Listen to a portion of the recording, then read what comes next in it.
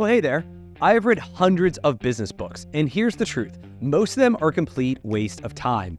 But 9 of them have helped me build a $45 million per year empire. And today, I'm going to break them down. No fluff, just actionable takeaways. These books have transformed how I run my business, how I manage my time, and build wealth. And I've organized them into 3 stages of growth. Number 1 is building a foundation. Number 2 is scaling the business. And number 3 is building the empire. So let's dive in. Every successful business starts with a strong foundation. It's not just having a great idea, it's about setting the right habits, having the right mindset, and executing strategies that get you through the tough times. So in this first section, we're going to focus on principles that help you build a rock-solid base, and we're going to start with Atomic Habits by James Clear. The big takeaway in this book is that small, consistent habits lead to massive long-term results. In the book, he talks about the story of the British cycling team. For years, they were just stuck in mediocrity until they applied this concept of marginal gains, focused on small improvements, just 1% a day. So they made these tiny adjustments like optimizing the diets, tweaking the bike seats, widening the tires, all these tiny little things that compounded over time. And eventually, they dominated the Olympics and the Tour de France. In business, it's the same. Success isn't about this giant strategic move. It's about incremental improvements every day that are driven by habits. If you can build new habits into your routine, that growth is going to start to compound, and it's going to be slow in the beginning, but all of a sudden it's going to be like a hockey stick. So for example, one thing I do is I look at one of my big goals, like my massive annual goals that I want to accomplish. And every single morning I look at that list and I pick one thing that I could do that day that will help me get those goals accomplished. And these small, repeatable actions push your business forward without having to rely on bursts of energy and inspiration. Because the problem is, if you only rely on inspiration in these bursts, you're gonna get tired and you're just not gonna do it, and then you're not gonna have the success. But a habit can be ingrained in you. And once it's ingrained, and once it's just part of your life, brushing your teeth every night, you don't think about brushing your teeth. It takes no mental energy to have a habit ingrained. And this allows you to free up your mind so then you can focus on taking your business to the next level. You can focus on things that really matter, like your family and your future. And this is why habits matter. And Atomic Habits is a great book that has a lot of tactical strategies on how to actually build habits. Book number 2 is Think and Grow Rich by Napoleon Hill. Now, the big takeaway in this book is that you have the ability to harness the ridiculous power of intentional thinking. Now, this book was written just a few years before I was born in 1937, but it still contains timeless wisdom that's relevant today. Running a business is much more of a mental game than it is a practical one. If it was a practical one, anybody could read any book and automatically know how to run a business, right? And scale it, and it'd be so easy. But that's not the case, because running a business is hard, and a lot of it comes down to the way you think about it. And I know some of you are gonna roll your eyes, but stick with me here. I'm telling you, this works. So Hill talks about having a crystal clear vision of what does success look like for you. And in the book, he shares a story about Edward Barnes, who's a man who had no money, no connections, but he had dreamed of becoming a business partner with Thomas Edison. He didn't have the resources, but he had a clear vision. Barnes worked as a janitor in Edison's office, and he was there every single night. He'd help Edison with his projects, and eventually he proved his worth. Now, his determination and belief in his own vision eventually landed him as a business partner to Thomas Edison and made him a very wealthy man. For you, it could be a certain revenue milestone. It could be a lifestyle where you have a ton of free time, or you could work anywhere in the world. Whatever it is, you want to get specific, write it down, and then be intentional for the actions that you take to work towards the goal. This is how you move from just owning a business to creating a life that has wealth and freedom and all the things that you desire. Book number 3 is 10x is Easier Than 2x by Ben Hardy and Dan Sullivan. The big takeaway here is that achieving a 10x goal, a huge goal, right, is actually easier than a 2x smaller incremental goal, because there are fewer paths that lead to that level of massive success. And it forces you to eliminate distractions and focus on what truly drives growth. So in the book, he shares a story about a business owner who's overwhelmed, tried to double his revenue from one year to the next. And he kept tweaking everything, right? He was adding new marketing channels, he was adjusting pricing, he was actually trying to offer more products, but the complexity became paralyzing and he couldn't grow. So Dan Sullivan went to him and said, here's what we want to do. We want to set a goal that is not to double your revenue, but what if we had to 10x your revenue? What would you change? And he realized that in order to hit a 10x goal, he couldn't just make these minor little adjustments. He had to simplify. So instead, he focused on the highest margin services and he stopped offering products that weren't driving big results and then automated as much as he could. So he achieved that 10x growth way faster than he ever thought was possible by narrowing down his focus. He cut out products, he cut out distraction. He didn't try to do more, he actually did less, but did it way better. Ask yourself, what is one thing that if you focused on entirely, like you went all in on it, could multiply your results? For years, my 10x action was acquisitions. So we were on a tear. We were buying as many franchises as we can. I doubled within a year. I was up 50% the next year. We had massive growth in a short amount of time due to acquisitions. And the reason is 10x is easier is because it forces you into clarity. So you're no longer chasing all these small little changes all over your business. Instead, you're focused on bold strategies and simplifying your decision making. By doing less and aiming bigger, you free yourself up to focus on the things that truly matter. Section number 2, scaling your business. So once you've built a strong foundation, the next challenge is growth. But growth isn't about working harder, it's about working smarter. And this section is all about scaling. So we're gonna explore strategies for creating systems, finding the right people, and focusing on high impact activities that allow your business to grow without you being tied to it for 24/7. Book number 4 is Scaling Up by Vern Harnish. The big takeaway here is that you need to build structured systems for predictable, sustainable growth. The biggest thing that separates business owners who buy themselves a job from those who build massive companies is their ability to replace themselves. Many people are familiar with Traction or EOS. That's a watered down version of Scaling Up, which provides a much more detailed step-by-step playbook. Vern Harnish breaks every business into 4 key areas: people, strategy, execution, and cash. By focusing on finding the right people who are aligned with your business vision, ensuring your strategy is laser focused, tightening your execution by measuring specific performance, and managing cash flow with discipline. We use his frameworks on setting goals, analyzing our team, and creating our meeting cadence. And then these systems allow us to grow without losing control. The whole goal is to reach the point where your business can function without you. So you, the owner, don't have to be the one driving it forward because you have a system and everyone's following the system. The system is what's driving it forward. And everyone knows what you are accountable for and what you are responsible for and the numbers you have to hit. And we talk about clarity and all this stuff. The whole point of the system is to give everybody clarity about what direction we're going in and how we're going to get there. Which leads me to book number 5, which is Who, Not How, also by Ben Hardy and Dan Sullivan. The big takeaway here is to focus on building the right team rather than trying to do everything yourself. Every business is in the people business, and you must build a team in order to build a business that gives you freedom.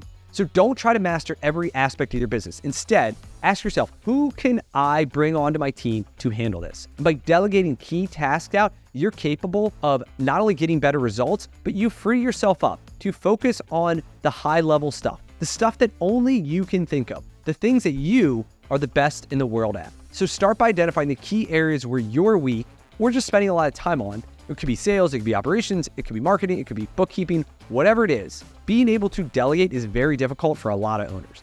You know, the business is their baby and they think, well, nobody can do this as good as me, but you have to shift your mind to value progress over perfection.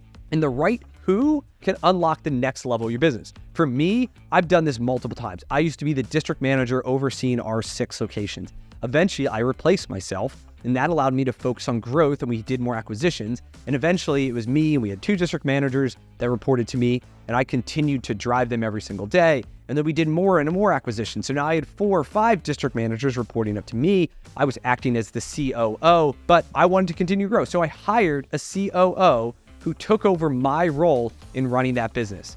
And he is way better at it than me. So we talk about the challenge of delegating and like giving up really the reins of the business to somebody else. But at the end of the day, he's way better at it than me. And then now I have a lot more time and freedom on my hands, continue to grow in the business, to continue to diversify, to build content like this, which opens up my world to a whole new level of opportunities and investments and partners. So by continuing to bring people into your world who excel at certain things, it allows you to multiply way quicker than if you tried to do it all on your own.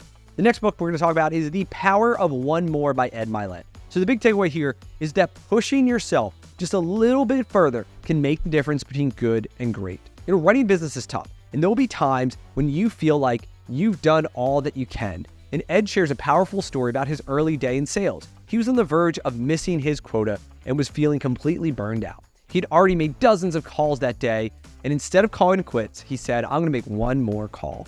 And that single call turned into a breakthrough. It was a big sale that helped him not only hit his target, but it gave him the momentum to exceed his goals for the rest of the month. It ended up being a turning point in his career, showing him that extra effort at a moment when you're ready to stop can make all the difference. Identify areas in your business where a little bit of extra effort could yield big results. And this can become extremely powerful when you can couple it with the vision that you have from Think and Grow Rich, aligned with a big 10x goal, and then building it into your daily atomic habits.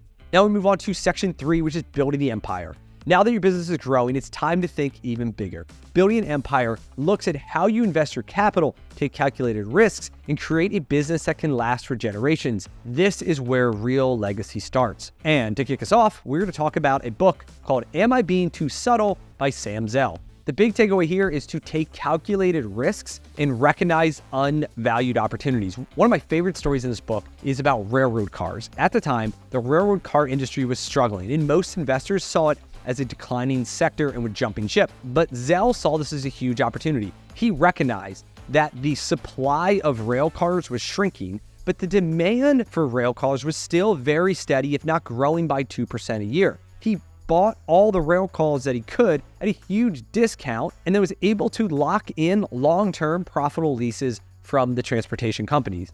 And he ultimately made billions of dollars from this investment. And sometimes the biggest opportunities are in places that other people are overlooking. And by being bold and taking calculated risks in undervalued assets, you can seize opportunities that other people miss. So over the years, I've acquired multiple franchises from owners who were struggling. Many of them were unprofitable, if not losing money. But since I knew the business well, I was able to negotiate great seller financing deals. I was able to implement my process and quickly turn these around. In my best deal, I bought a single franchise for just $50,000 down, and it has profited over $2 million since then. So identify where do you have an unfair advantage and then exploit it in a good way. That's how Sam ended up becoming one of the best investors of all time. It is how I've made millions of dollars operating franchises. Book number 8 is Profit First by Mike Michalowicz. The big takeaway here is that it's easy to prioritize profit from day one when you're small, but it becomes a lot more of a challenge as your business grows. And it's so easy to fall into a trap of chasing bigger and bigger revenues when your expenses are also getting bigger and bigger. And you just think, I'll figure out profit later. What the book teaches us is that profit should come first. Literally, that every time that revenue comes into your bank account, that you take a percentage of it and you move it to another profit bank account. And by keeping profit as the top of your mind, you'll avoid cash crunch that could totally derail you. This is how you follow this. You set up 3 bank accounts, one for profit, one for taxes, and one for operating expenses. And then every week, we transfer on Monday an amount of money into our profit account and a certain amount of money into our tax account. And then as we start to grow, we try to increase the percentage that we're transferring into that profit account and the tax account, and so that our profitability scales alongside our revenue. This comes in very handy during tax seasons when you owe the government like a big chunk of money, and instead of stressing out of like, where are we gonna pull this money from? You should have more than enough in your tax account if you did the math right and you followed the system every single week. Think about when you go to the grocery store. You get this massive cart, you're gonna buy more stuff than if you had a small cart. And it's the same in business. The bigger your bank account becomes, the more money you tend to spend on unnecessary things. And so by removing the profit from that operating account, you intentionally shrink it. You shrink that cart, and it forces you to be more lean, creative, and profitable. Number 9 is The Psychology of Money by Morgan Housel. The big takeaway is to simplify your investments so they don't distract you from growing your business. Because once your business starts making money, it's very tempting to spread your wealth across multiple investments. But each one of those investments takes up mental space, time, and energy that would be much better spent on your business. So his lesson is very simple. Just focus on an automated investment strategy into a low-cost index fund. Set it and forget it. And now your attention can go on what matters. And these incremental gains that you think you might get by constantly trying to outsmart the market are peanuts compared to the returns you'll get by focusing on growing your business. And I've made this mistake so many times. I've spent countless hours investing and researching and reading and worrying about all these different things I did. Individual stocks, options, crypto, commodities, drop shipping, passive Amazon stores, real estate syndications, vending machines, like you name it, I've probably thought about it, or if not, like put some money behind it. And the truth is, none of these investments produced a return that was worthy of my time. And every minute I spent thinking about these was a waste of time that took away from the real wealth engine, which was my business. So simplify your approach. Don't worry about what you see on Instagram or TikTok or any of these people do it. Just keep it simple. Research the 3 fund portfolio, which he talks about in the book. And all that means is you're going to invest into 3 funds that give you diversity, that give you income, and that give you growth, and keep it simple. These 9 books have helped me grow a massive business. And the real magic happens when you take these lessons and apply it to your own journey. So I want to hear from you. Drop in the comments below, what's your favorite book that you're reading right now? Which ones have had the biggest impact on you? Which one of these books did I recommend that you're looking forward to reading? I'll see you in the comments. Cheers.